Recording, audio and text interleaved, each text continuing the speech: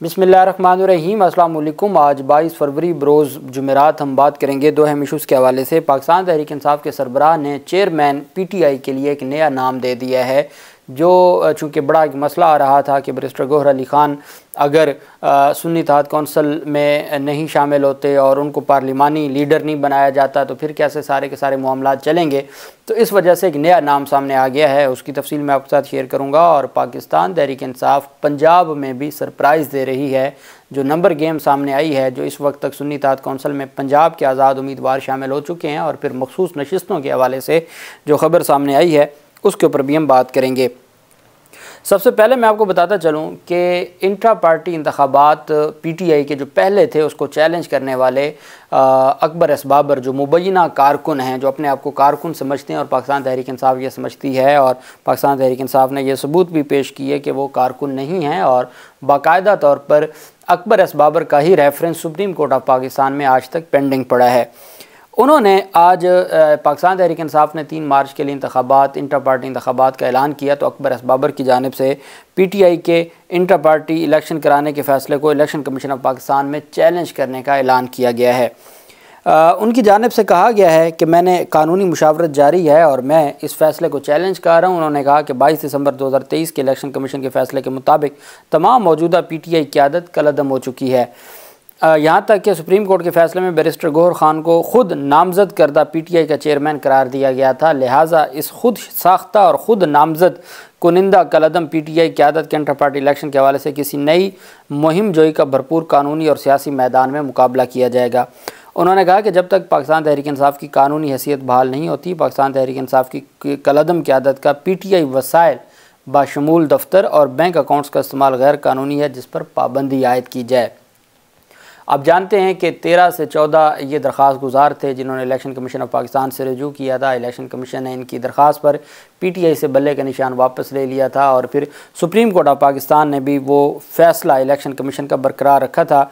हमने नहीं देखा कि 8 फरवरी को इंतखाबात हुए हैं और किसी भी जगह पर इन कारकुनान में से इंतखाबात में हिस्सा लिया गया हो। ये सिर्फ इंटर पार्टी इंतखाबात में हिस्सा लेना चाहते हैं। जो असल जमहूरियत है मुल्क में इंतखाबात, उसमें किसी जगह पर भी इनका नाम नज़र नहीं आया कि इन्होंने कोई हिस्सा लिया हो या कोई पाकिस्तान तहरीक इंसाफ के कारकुनान की मदद से कोई भारी मैंडेट हासिल किया हो, ऐसा कुछ देखने को नहीं मिला। दूसरी जानिब पाकिस्तान तहरीक इंसाफ की जानिब से इमरान ख़ान ने इलेक्शन में धांधली से मुतल्लिक जो IMF को ख़त लिखने का ऐलान किया है। आज पाकिस्तान तहरीक इंसाफ के वकला की मुलाकात हुई थी और उसमें जो बैरिस्टर गौहर अली ख़ान और बैरिस्टर अली ज़फ़र साहब की जानिब से ये ऐलान किया गया है कि इमरान ख़ान ये समझते हैं कि चूँकि इंतखाबात से मुतल्लिक जो धांधली हुई है उस पर तहकीकात नहीं हुई, इस वजह से हम इस मामले को लेके यूरोपियन यूनियन को और IMF को और बाकी जो बैनुल अक़वामी इदारे हैं उनको ख़त लिखेंगे कि सबसे पहले तहकीकात करवाई जाएँ। मीडिया से गुफ्तगू करते हुए बैरिस्टर अली ज़फ़र ने कहा कि इमरान ख़ान की जानिब से IMF समेत बाकी इदारों को ख़त लिखा जाएगा, जिसमें कहा जाएगा कि जितने हलकों में धांधली हुई है वहाँ ऑडिट करवाया जाए। उन्होंने कहा कि इस ऑडिट में जुडिशरी का अमल दखल भी हो। अगर ऑडिट नहीं होता तो IMF से कर्ज का इक़दाम मुल्क के लिए नुकसानदेह होगा। बैरिस्टर अली ज़फ़र का कहना था कि बुशरा बीबी को 2 महीने से मिलने की इजाज़त नहीं दी जा रही।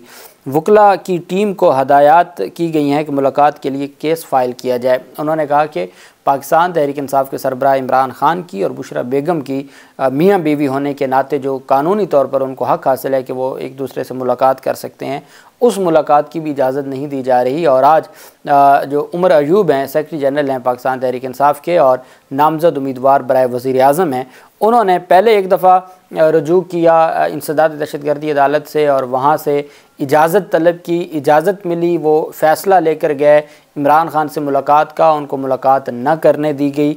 फिर वो वापस आए, फिर उन्होंने एक तौहीन अदालत की दरख्वास्त भी दायर की है। बैरिस्टर गौहर अली ख़ान का ये कहना है कि 6 वकला को मिलने की इजाज़त दी गई लेकिन मुझे इजाज़त ना दी गई। बैरिस्टर गौहर अली ख़ान की जानिब से ये कहा गया कि जो मईशत बेहतरी की तरफ अगर मामला जाएगा, अगर इलेक्शन साफ़ और शफाफ नहीं होंगे तो मईशत को नुकसान होगा।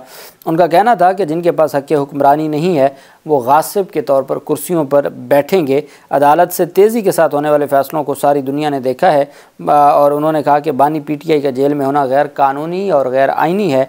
तहरीक इंसाफ पार्लियामेंट का हिस्सा बनेगी और इसी में आगे बढ़ेगी। पाकिस्तान तहरीक इंसाफ ये समझती है कि उनको किसी भी सूरत में जो पार्लियामेंट का मैदान है उसको खुला नहीं छोड़ना चाहिए और उनको पार्लियामेंट में बैठकर सारी चीज़ों को देखना चाहिए। पीटीआई बैरिस्टर गौहर अली खान ने कहा कि जो 3 मार्च को इलेक्शन होने जा रहा है पाकिस्तान तहरीक इंसाफ का इंट्रा पार्टी इंतखाबात, उसमें इमरान खान के जो नामज़द उम्मीदवार बराए चेयरमैन पीटीआई हैं वो अब बैरिस्टर अली ज़फ़र साहब हैं।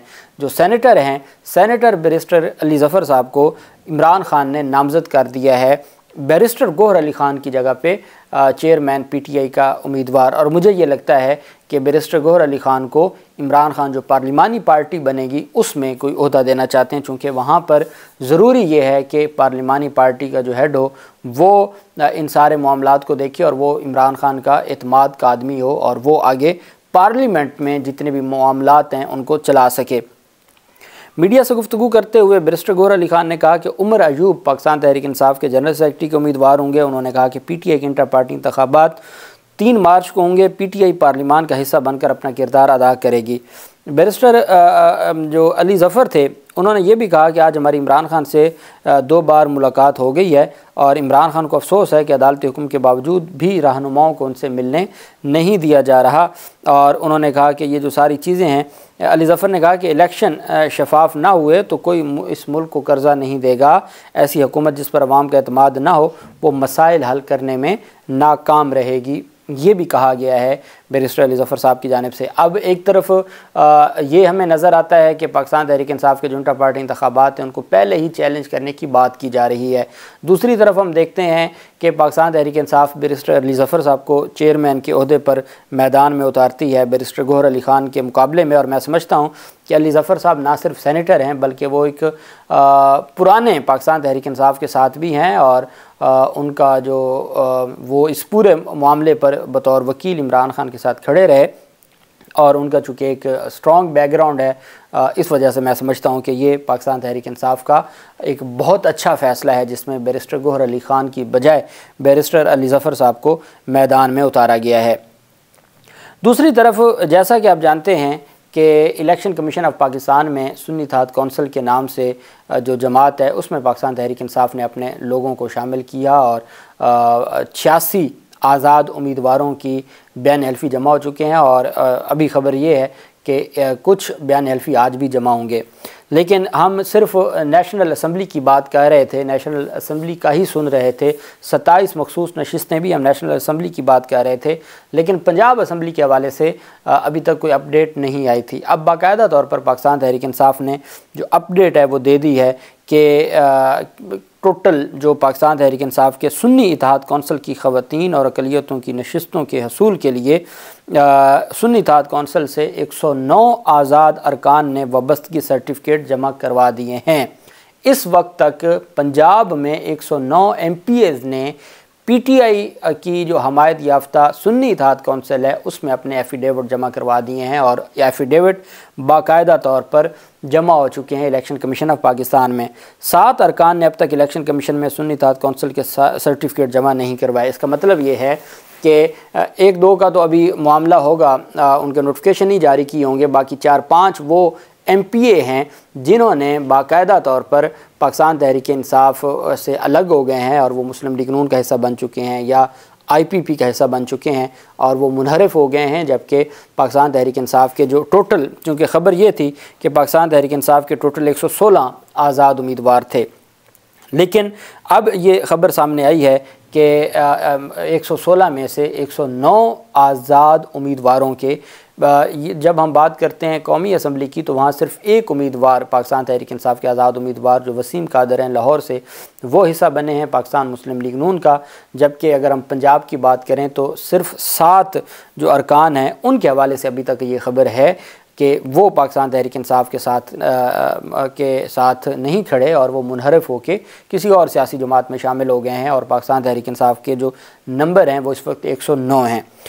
अब सुन्नी इत्तेहाद कौंसिल के सर्टिफिकेट 7 ने जमा नहीं करवाए। 109 अरकान पर पंजाब असम्बली में सुन्नी इत्तेहाद कौंसिल को ख़वातीन की 22 नशिस्तें मिलने का इम्कान है, जबकि अक़लियतों के लिए मखसूस 8 नशिस्तों में से सुन्नी इत्तेहाद कौंसिल को 3 नशिस्तें मिलने का इम्कान है। मतलब पंजाब में मखसूस नशिस्तें 25 मिलेंगी और 109 पाकिस्तान तहरीक इंसाफ के अगर आज़ाद उम्मीदवार हैं जो अब तक हैं, जो रिवर्स होंगे वो तो फिर एक सिलसिला ही अलग है ना।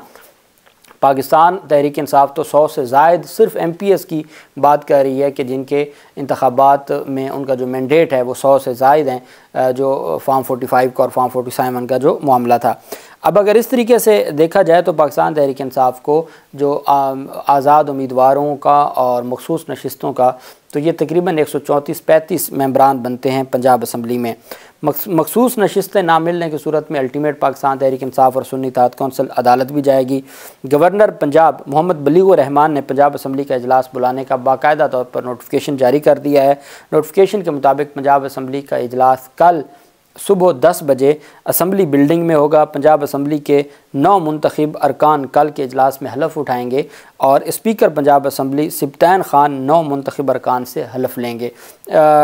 स्पीकर की जानिब से ये बात भी सामने आई थी कि शायद उन्होंने कोई ये बात भी की है कि जब तक मखसूस नशिस्तों का मामला हल नहीं हो जाता तब तक आप इस सारे मामले में जो इन असम्बली का इजलास है वो ना बुलाया जाए। पाकिस्तान तहरीक इंसाफ भी ये कह रही है कि असम्बली का इजलास जल्द बुलाया गया है और ये असम्बली का जो इजलास बुलाया गया ये जल्दबाजी में बुलाया गया है।